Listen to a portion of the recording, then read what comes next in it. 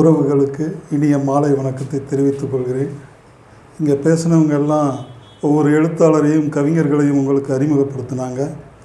இப்போ நான் அறிமுகப்படுத்த போகிற எழுத்தாளர் இந்த மாவட்டத்தின் பிரதான எழுத்தாளர் தோழர் காமுத்துரை அவர்கள். தொடர்ந்து 40 வருடங்களுக்கும் மேலாக சிறுகதைகளும் நாவல்களும் எழுதி வருகிறார். ஏறத்தாழ 12 சிறுகதை தொகுப்புகள், 6 நாவல்கள், தமிழகத்தின் மிக முக்கியமான இதழ்கள் ஆனந்த விகடன், குமுதம், குங்குமம் எல்லாத்திலும் எழுதி நட்சத்திர எழுத்தாளர் என்று பெயர் பெற்றவர். பல விருதுகளை பெற்றவர். இதெல்லாம் ஒரு புறம் இருக்கட்டும், இவர் ஏன் மிகச்சிறந்த எழுத்தாளர் என்று நாம் கொண்டாடப்பட வேண்டும்? அதாவது நட்சத்திர எழுத்தாளர் என்று ஒரு எழுத்தாளரை நாம் ஏன் கொண்டாடப்பட வேண்டும்? அதைத்தான் இப்போ நம்ம தெரிஞ்சுக்கணும். இப்போ ஒரு எழுத்தாளருக்கும் நட்சத்திர எழுத்தாளருக்கு என்ன விஷயம்னா, இப்போ புதுமை பித்தன், ஜெயகாந்தன், அழகிரிசாமி, ஜானகிராமன், நீங்கள் யாரை வேணால் எடுத்துக்கோங்க. அவர்கள் யாருக்காக பேசுவார்கள் என்றால், மிகப்பெரிய கோடீஸ்வரர்கள், மில்லியனர்ஸு, பணக்காரங்க அவங்களுக்கு கிடையாது. அனாதைகள், கைவிடப்பட்டவர்கள், ரிக்ஷா தொழிலாளி, வாழ்க்கையால் வஞ்சிக்கப்பட்டவர்கள், இவர்கள் பக்கம் அவங்க கெட்டவங்களாகவே இருந்தாலும் தவறு செஞ்சாலும் அவர்களுக்காகத்தான் பரிந்து பேசுவாங்க. இங்கே தான் ஒரு கலைஞனையும் நீங்கள் ஒரு சட்டத்தையும் வேறுபடுத்தி பார்க்க வேண்டும். உதாரணத்துக்கு அழகிரிசாமி திரிபுரம் அப்படின்ற ஒரு கதை எழுதியிருக்கிறார். 1960 பஞ்சம் கொடூரமாக இருந்த காலகட்டம். இங்கேருந்து ட்ரெயினில் ஆந்திராவுக்கு போகிறாங்க கும்பலாக. அங்கேருந்து இங்கே வளமாக இருக்குதுன்னு சொல்லி அங்கேருந்து இங்கே வந்துக்கிட்டு இருக்கிறாங்க. தேசம் எப்படி இருக்குன்னு பார்த்தீங்களா? அப்போ அங்கேருந்து சரசம்மா வெங்கடம்மான் தாய் மகளும் சென்னைக்கு இறங்குறாங்க. அதாவது வித்தவுட் ட்ரெயினில் வேலை கிடைக்கல, ஸ்வீப்பர் வேலை கூட கிடைக்கல. அங்கேருந்து அப்படியே வந்தால் விருதுநகர் சாத்தூரில் இறக்கி விட்டு போயிட்டான் டிடிஆர். நான் சொல்ல வர்ற தருணம் இதை எப்படி ஒரு எழுத்தாளர் பதிவு செய்கிறார்ன்றது அதுக்காகத்தான் நான் சொல்ல வர்றேன். நான் அப்படியே நடந்து போனால் சாத்தூரில் ஒரு மெயின் வீதியில் ஒரு குப்பை தொட்டி பக்கத்தில் புழு அரித்த பாதி தின்று போட்ட ஒரு வெள்ளரிக்காய் கிடக்குது. பசி கொள்ளுது. அப்படியே கொஞ்சம் தண்ணியை குடித்தா அப்படியே நெருப்பில் தண்ணியை விட்ட மாதிரி இருக்குது. பசிச்ச வயிறு எப்படி இருக்குன்னு உங்களுக்கு தெரியும்ல என் நண்பர்களே. உலகத்தில் ஆகச்சிறந்த எழுத்தாளர்கள்லாம் அந்த பசியைத்தான் எழுதியிருக்கிறாங்க. ஆகப்பெரிய தேவை எழுதி தீர்க்கப்பட வேண்டியது உலகத்தில் இந்த பசி. நம்மெல்லாம் 3 வேளை இப்போ சாப்பிட்ருக்கும்போது எத்தனை பேர் பசியால் துடிச்சிக்கிட்டு இருக்கிறானா?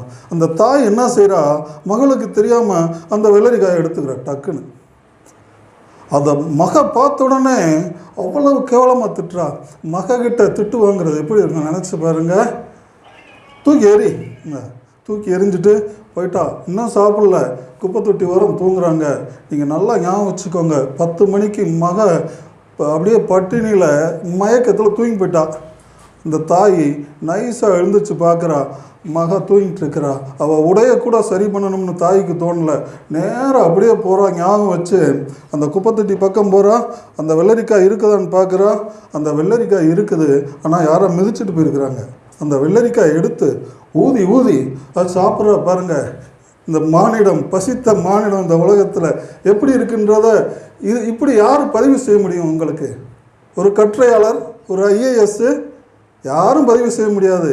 மனுஷனோட அந்த ஆதார பிரச்சனையை பதிவு பண்ணுறது ஒரு எழுத்தாளன் தான். உங்கள் மனசுக்குள்ளே போய் இதை நீங்கள் மறப்பீங்களா எப்போவாது?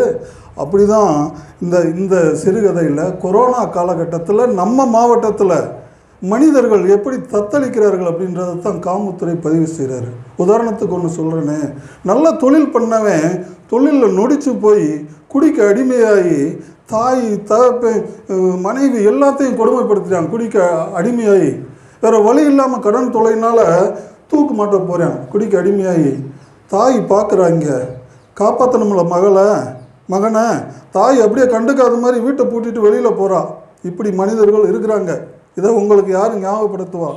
இந்த நாட்டில் பென்ஷன் வாங்குகிற ஒரு கிழவி, பென்ஷன் வாங்குகிற கிழவி, அவன் மேலே 1ஆம் தேதி ஆனால் 3 மகன்களுக்கும் 1 மகளுக்கும் பாசம் வரும் பாருங்க. தாயை அப்படியே உள்ளங்கையில் வச்சு தாங்குறாங்க.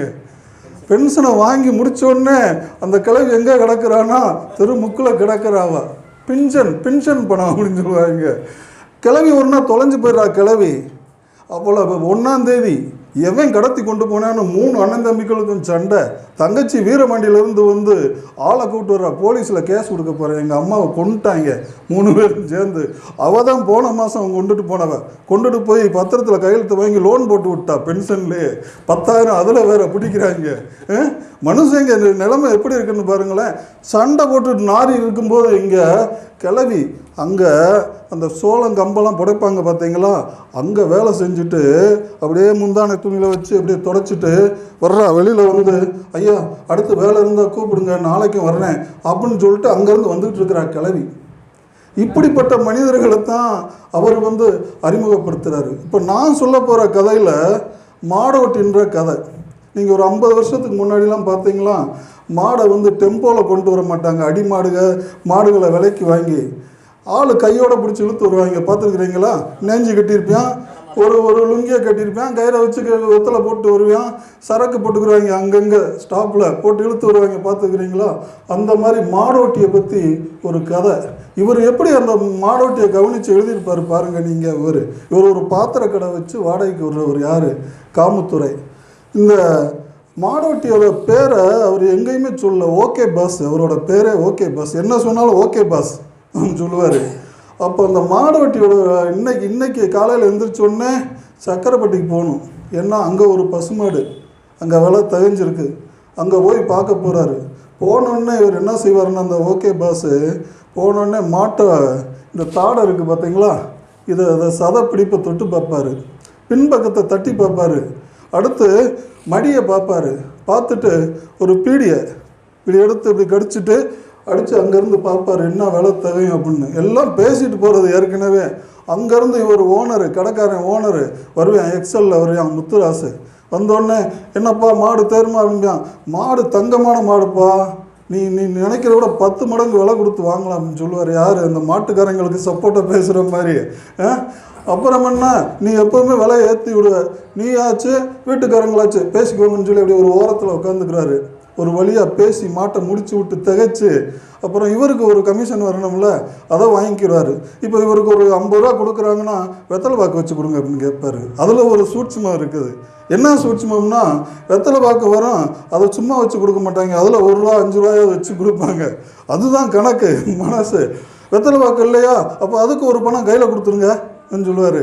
கையில் வாங்கிட்டு போனால் டெம்போவில் ஏற்றி விடுவேன்னு சொல்கிறாரு முத்துராசு. அந்த கதையெல்லாம் வேண்டாம், சைக்கிளில் தான் வர்றாரு இவர். இந்த மாடு சாது மாடுப்பா, குழந்த மாதிரி அப்படியே நம்ம கூப்பிட்டே வரலாம், கழுத்தை அணைச்சி கூப்பிட்டு வரலாம். ஏன்னா அதுக்கு 100 ரூபா இவருக்கு லாபம் கிடைக்கும்ல. அந்த மாதிரி கூப்பிட்டு வரும்போது இவரை வந்து ஒரு பழைய சிநேகிதன் பார்த்தீங்கன்னா, மனோகரா நிலுப்பா அப்படின்னு சொல்கிறான். இவர் வந்து தெரியாத மாதிரி போகிறார். நீ மனோகரன் தானே, லோடுமேன் தானே அப்படின்னு கேட்குறான். அதெல்லாம் கிடையாது, என் பேர் கிடையாது அப்படின்னா. கோவிந்தராசா? அதுவும் கிடையாது.